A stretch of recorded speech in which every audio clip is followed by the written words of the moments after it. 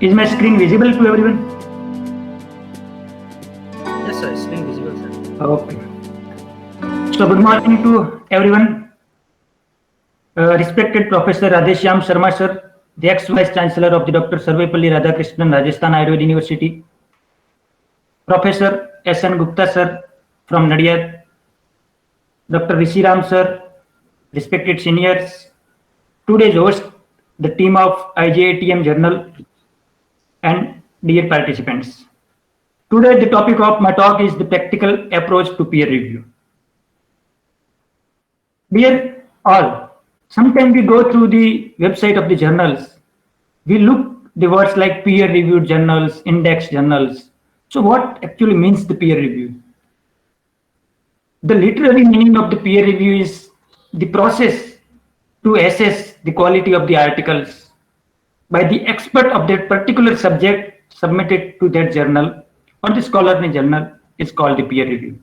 So in short, the peer review is the assessment of the quality of anything in the context of the journal. It may be article, but peer review may be for the books, peer review may be for the some draft or any document. So it is the process of assessment of the quality by the expert. What is the importance of the peer review? During the peer review, the article or draft go under the process of review and examination by the experts of that subjects. So when these peer-reviewed articles get published, then it is believed to be a reliable source of information which can be utilized by the scientific community with confidence. I will not go into the theoretical aspect of the peer review, only highlight some few topics related to peer review and then go to the details of practical aspect of peer review. So there are certain types of peer review: open peer review, blind peer review, then collaborative peer review, post-publication peer review. In India, the open peer review is very less. It is less common. In the open type of peer review, the details of the comments of reviewer can be published with the article. So what the comment reviewer has done and what was the reply from the author, all these things has been published or can be published with an article in a separate file. In blind review, it may be single blind or double blind review. Mostly in India, double blind peer review is mostly appreciated. In single blind, the reviewer can know that from which or from whose article he is receiving or reviewing. But in double blind, the identity of the author as well as reviewer is not shared. So there is some confidentiality about the identity of the authors, and therefore there is less chance of the bias during the review. While in collaborative review, few reviewers can come together and collaboratively review the articles when there is an article from two science or two speciality. So one reviewer is not able to review the article. So in the collaboration, such kind of review are done. And post-publication review are type of review in which after publication of the article, review is done. Yeah, so one question should arise in our mind that why we should become a peer reviewer. What is the benefit of becoming a peer reviewer? Once you become the peer reviewer, good peer reviewer, then you are benefiting your science with quality of knowledge. You may have some academic benefits during your promotion or for your to write in your ACR or your annual performance reports. It may have some benefit in your research career if you want to get a grant for your research proposal and if you have some good peer review skills and if you have certificates of peer reviewing in good journals, so there may be a chance to get a good grant from the granting authorities. Then if you are the peer review in a journal, it increases your relationship with the journal editorial board and thus with the scientific community. It doesn't mean that if you are the peer reviewer in any journal, so your article will be published easily. But if you are in a journal, you are peer reviewer, so you may have a benefit of such kind of training program, which are eventually organized by the journals, and you can get the benefit of the training programs. So you can upgrade your knowledge by reading the various type of research articles received for the review from various geographical areas and institutions. While we are doing the research in our institute, so most of the time only unique pattern in specific institute are there. So we are not aware about the various type of research protocols or various type of methodologies adopted on same topic in other institute. So if you are reviewing the articles from the other institute, so you may have the knowledge of those specific unique methodologies of that particular institute, and you can adopt if you feel that it is suitable for your institute. And if you are peer reviewer, then you can improve your critical analysis skill. It may help to increase your scientific writing skill, and you may have a good effective communication skill. So these are the benefits of becoming a peer reviewer. Yeah, now we are going for the practical approach to the peer review. The practical approach of the peer review is divided into 6 parts. First, while accepting the peer review, what things you should keep in your mind, we will discuss on that. Then you should watch on the research ethics, then watch on the publication ethics. You should do the general or broad peer review. After that, you should go in the critical peer review, and then finally how to prepare a report of your peer review. So in these 6 categories, we will discuss all this lecture. Yeah. Before agreeing to review, what things you should keep in your mind? Yeah. First, you should genuinely ask the question in your mind that can I provide an unbiased review? It is very important. If you are not able to provide an unbiased review, then you should easily deny for the review. You should also ask yourself that you have any unintentional bias for the reviewing process. Is there any conflict of interest while reviewing the article? You are expert of that particular topic or not? Are you able to maintain the confidentiality? You can become, are you fair to give the judgment of your peer review on the particular topic, or your timelines are there, or you have a sufficient time to provide the peer review? Yeah. Unintentional bias may be due to some favoritism, maybe gender, race, or geographical or institutional issues, maybe due to the methods of topic of your study.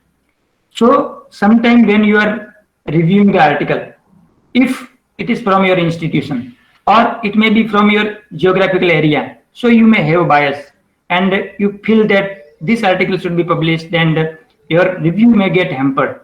So in these conditions, you should keep in your mind that if you are not able to give an unbiased review, so you should easily deny it. And to avoid the unintentional bias, you should follow the structured process of peer reviewing. Yeah.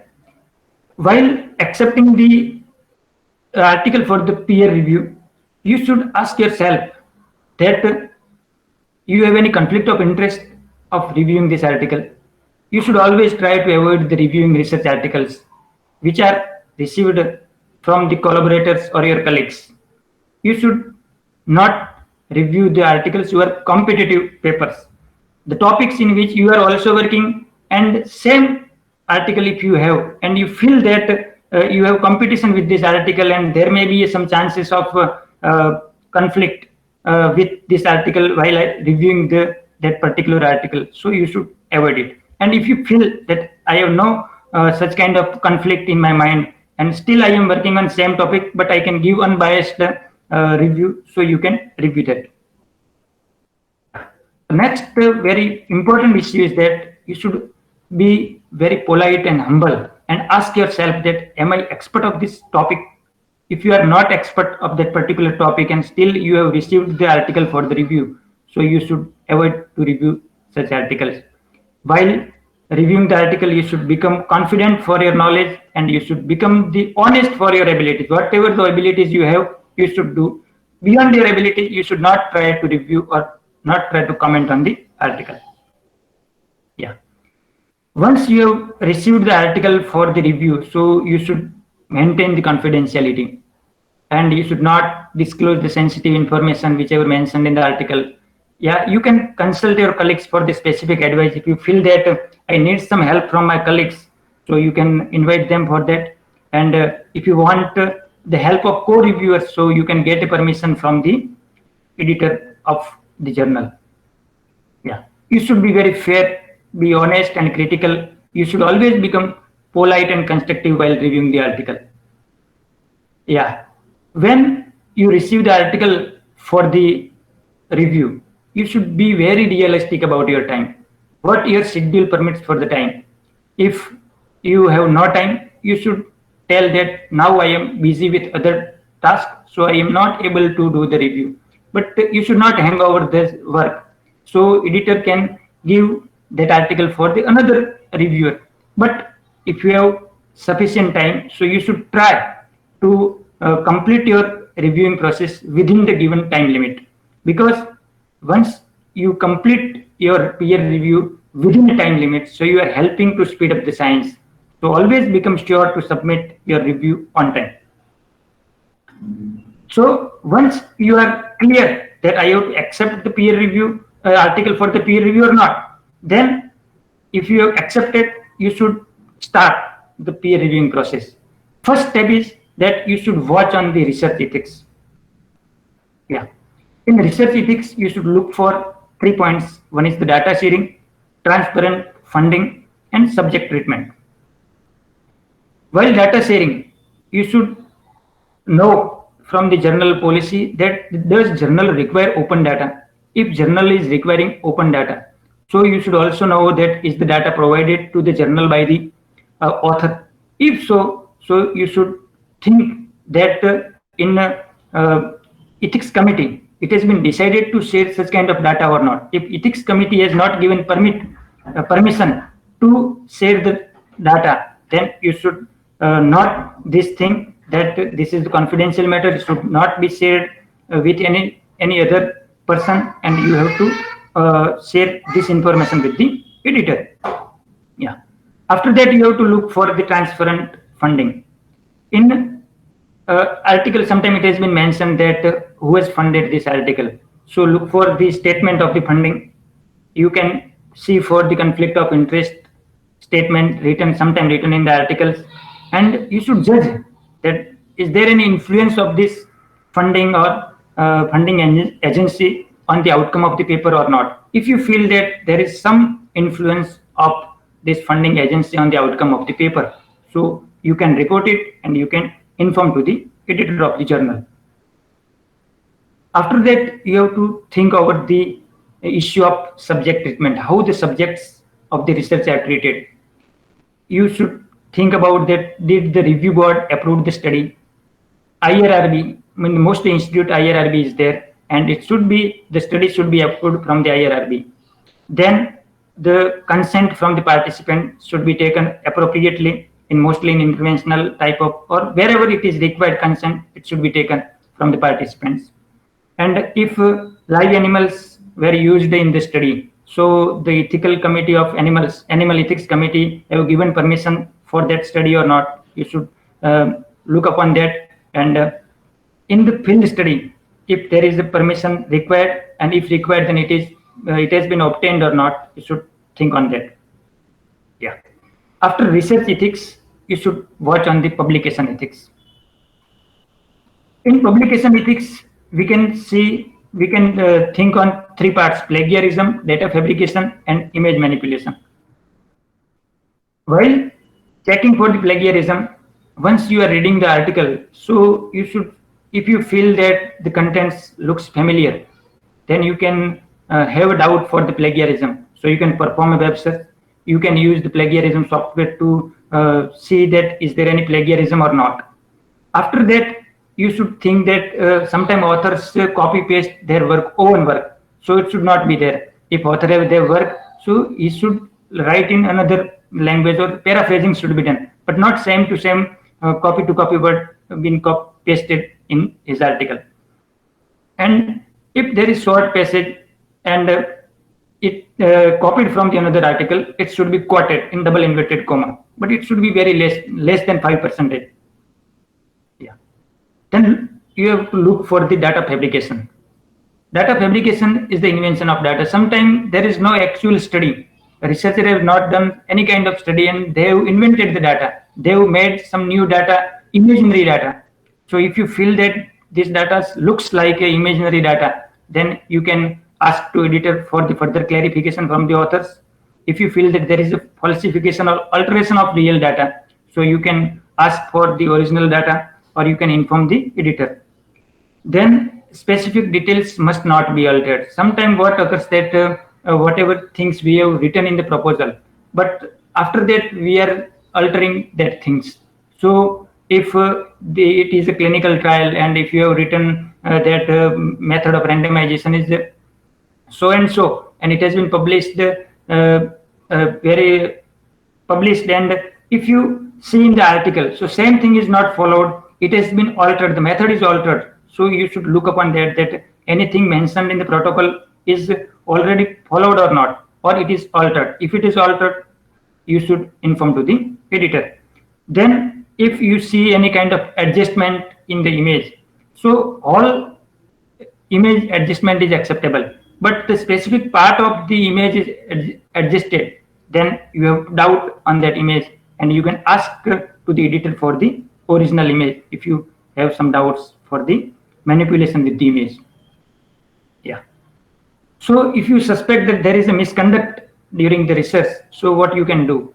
You should become very serious because it is a very big issue and you should not include an accusation in the review, but you should immediately inform to the journal editor, and you can visit for the guidelines on the consortium of the publication ethics and retraction watch websites. You can have a good idea that how to suspect misconduct and how to report the misconducts and what to do after that.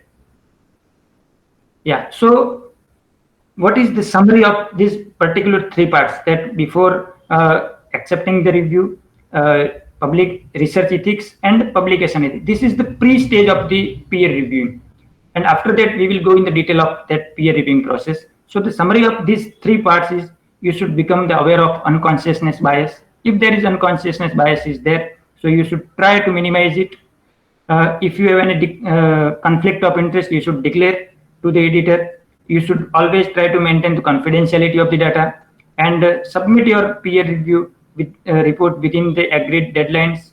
And if you feel that any kind of ethical misconduct, you should try to spot or you should try to report it as early as possible. Yeah. Now we are going into detail of peer reviewing the article. While you try to peer review, so you should follow some structured guidelines. First is the guidelines, and you should see the guidelines and goal of the journals. Whatever the journal has specific guideline for the peer reviewing, you should go through it, and then you should follow the 4-step method, which is the broad read, first detailed read, second detailed read, and concluding statement. Yeah. When starting the actual peer reviewing process, first start with the check for journal's guideline, understand the scope and aims of the journal, and check the peer review site, if any. Yeah.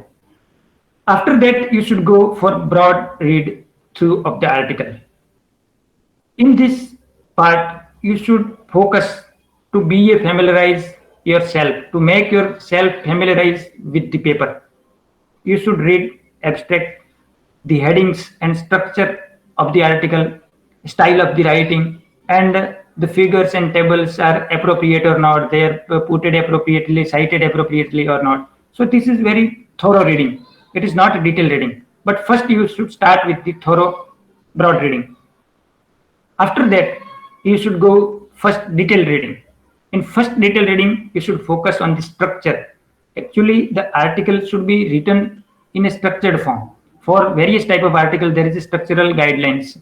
For a case report, there is a care guidelines. For clinical research, there is a consort guideline. For animal research, there is arrive guideline. So according to the guideline, the research article has been written.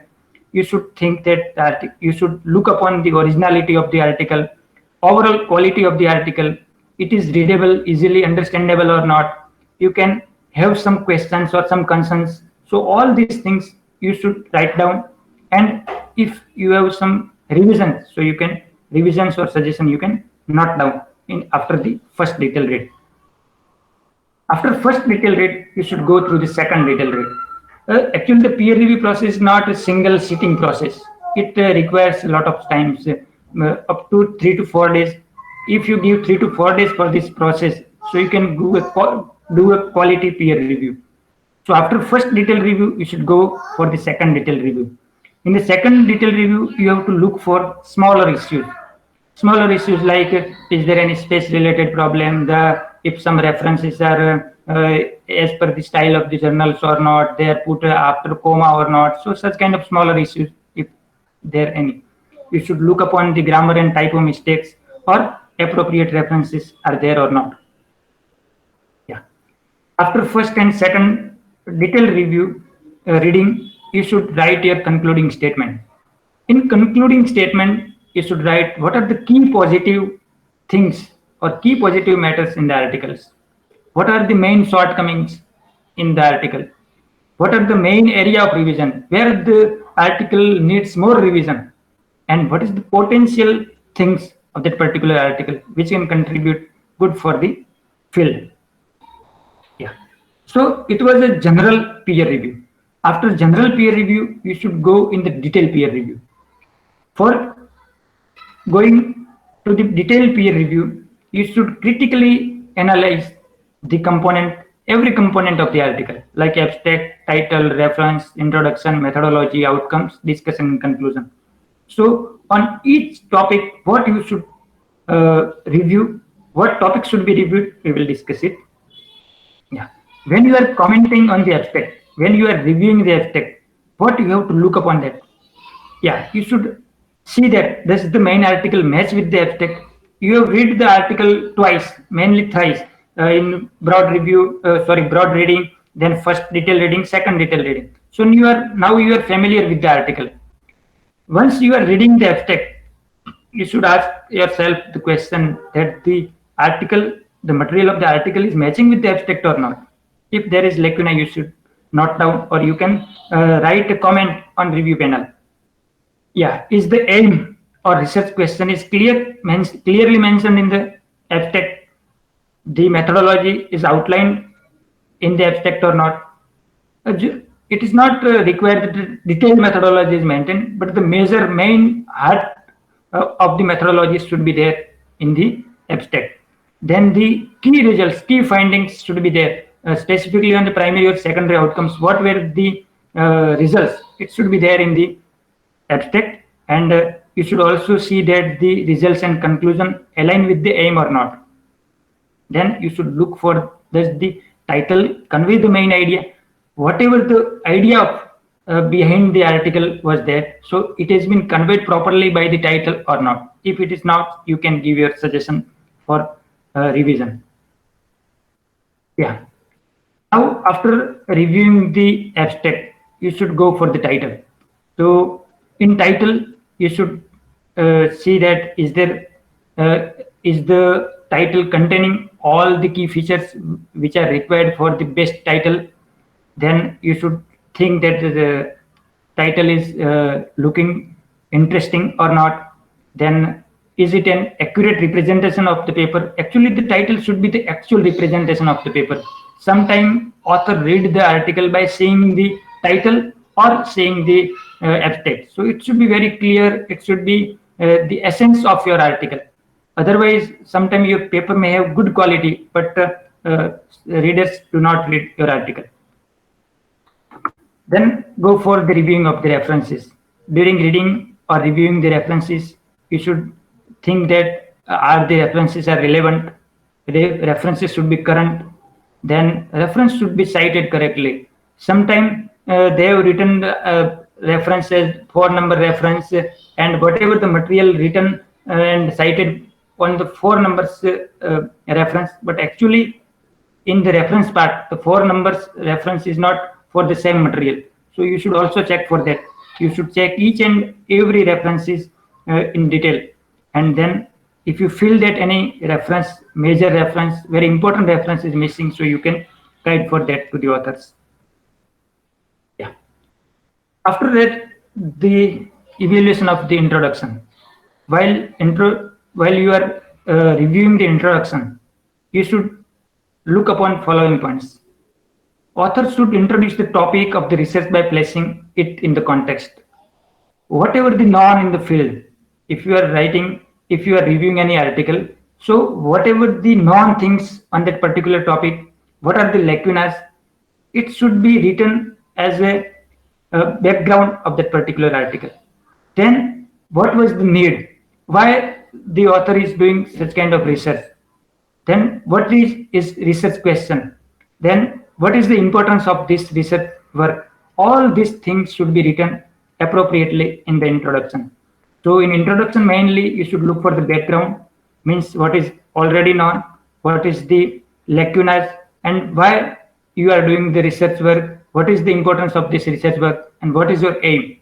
So this thing mainly should be there in the introduction part. If anything is missing, you can comment on that. After reviewing the introduction, you should look upon the methodology. While reviewing, it is very important part, it is the heart of the research work. So while commenting or evaluating the methodology, you should try to review very critically, because if methodology is not strong, then the quality of the article may hamper, and the generability of that particular research will be very less. So you should look upon the process of the subject selection. It should be very clear. If the variable defined for the particular research are predefined or not, and the method of measurement of these variables are appropriate or not, you should think upon that. And you should also look upon the methods used in the research, which are valid or reliable.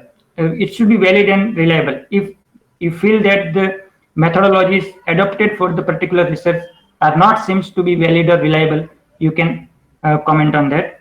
Then you should think upon that enough detail has been provided by the authors to replicate the study. So I am giving one example for the particularly for the clinical trial. So if you are reviewing the clinical trial, so what information should be there in the methodology study?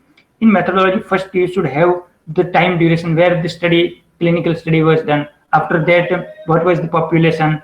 After defining the population, how the sample was selected, what is the method of sampling? After that, what was the screening criteria, then diagnostic criteria. After that, you should have predefined inclusion exclusion criteria, then sample size calculation, then what are the main outcomes, how you have measured the outcomes, what were the intervention, for how many days, for what was the duration of the interventions, what was the specific anupan, what was the timing of administration of the drug, route of the administration of drug, sample size calculation, the method of data analysis and data interpretation. All the things should be mentioned in the methodology part very critically. Yeah, after evaluating the methodology part, you should critically analyze the outcomes. While analyzing the outcomes, you should think upon that is the data presented in an appropriate way, because presentation of data is very important. If data is good but if not presented appropriately, so the message what the author want to convey, sometimes it may remain untouched by the readers. So you should look upon the tables and figures which are relevant and clearly presented. You should also look upon the appropriate units or roundings of the numbers and the number decimals. Title of the tables, columns and row are labeled correctly and clearly or not. Then sometimes grouping the data. Is the data grouped according to the category or haphazardly? Sometimes data are grouped. So look upon that. Then you should look upon the text in the results. Sometimes whatever we have written in the graph or whatever we have stored information in the graph or in the table, and we are writing everything in the text. So this is the repetition of the data. Such kind of repetition should not be there. If you feel there is repetition, so you can advise to author to add some new thing or to remove the repetition. And while reviewing the results, you should be very clear that what is statistically significant results and what are the practical meaningful results.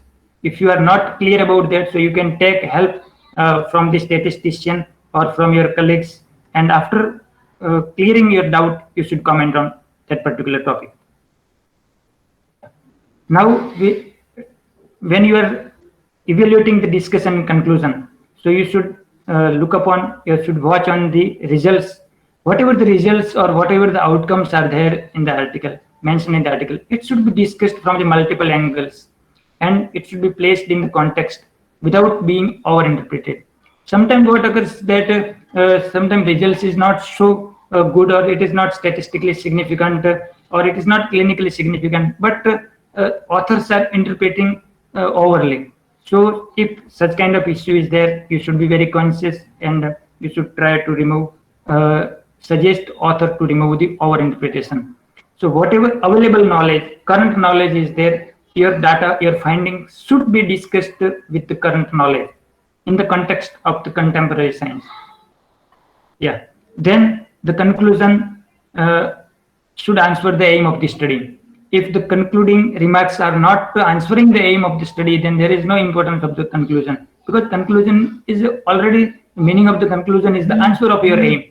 So whatever the outcomes are there, it should be give the answer of your aim. And if it is not so, so you should report it. Then conclusions should be supported by the results. If the written conclusion is not supported by the results, so you should give your comment for the revision. And you should also look upon the limitation of the study. If there is a fatal limitation, so you should report to the editors. Is there any opportunities for the future research work? You should look upon that. And if you feel that the author has not mentioned the opportunity of future research, but you have some idea, so you can suggest to the author. Yeah. So we have evaluated most of the part of the research article.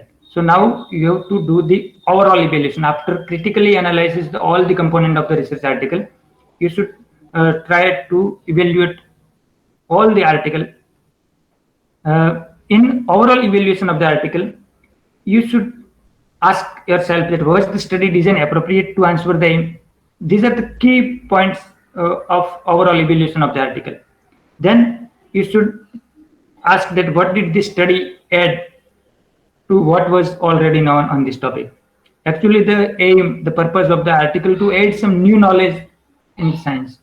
So by reviewing this article, what you feel that what is the extraordinary things or what is the new things in the particular research article, whatever you have reviewed, which have some add-on effects, which is adding something new in the current science. Then you should note down some major flaw of the article, and you should also review the article was consistent within itself or not. Yeah. So now you have a lot of comments, a lot of things, lot of materials to give comments as a reviewer.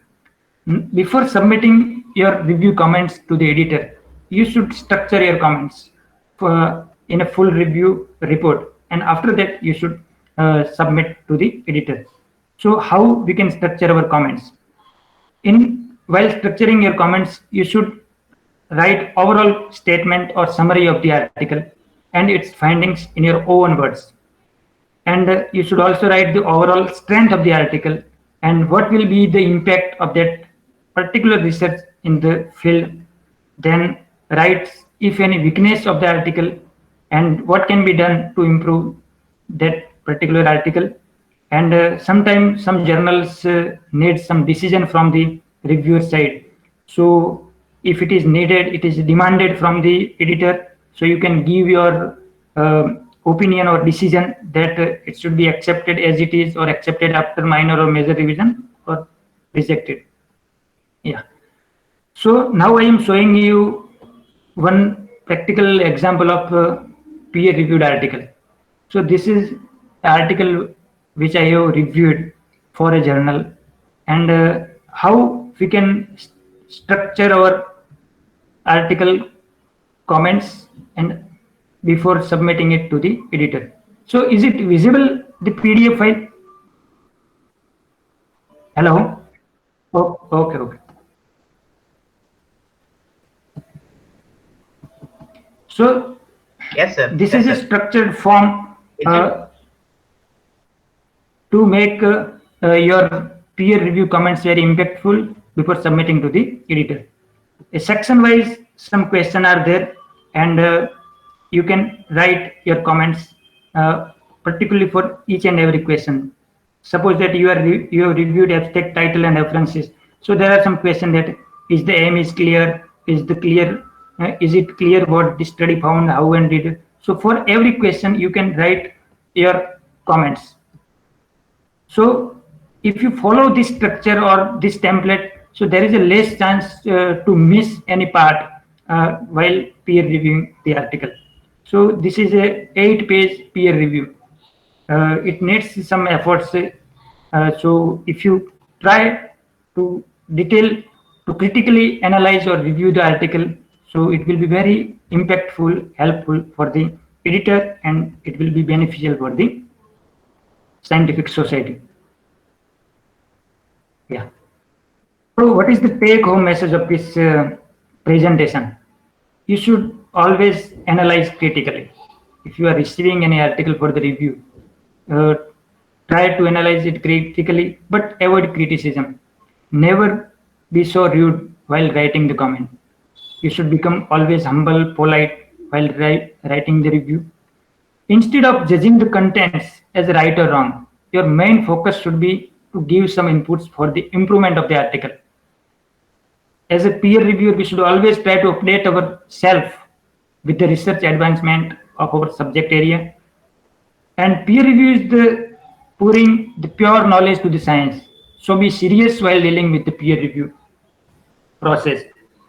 And the important thing I want to convey you that sometimes while we are trying to review the article, we write that as per my view, as per my opinion, this thing should be such and such manner. So you should never try to write as per your opinion. Always become scientific, become evidence based. You should give some evidence, and as per that book or as per that article, it needs such kind of correction or such kind of revision. Not become self-centric or not write as per your opinion, because sometimes your opinion may be wrong, but if you are giving some references, so it becomes more scientific, and author may feel that peer reviewer has done great efforts to improve the article. So thank you one and all for patience listening, and if you have any query regarding this presentation, you can ask.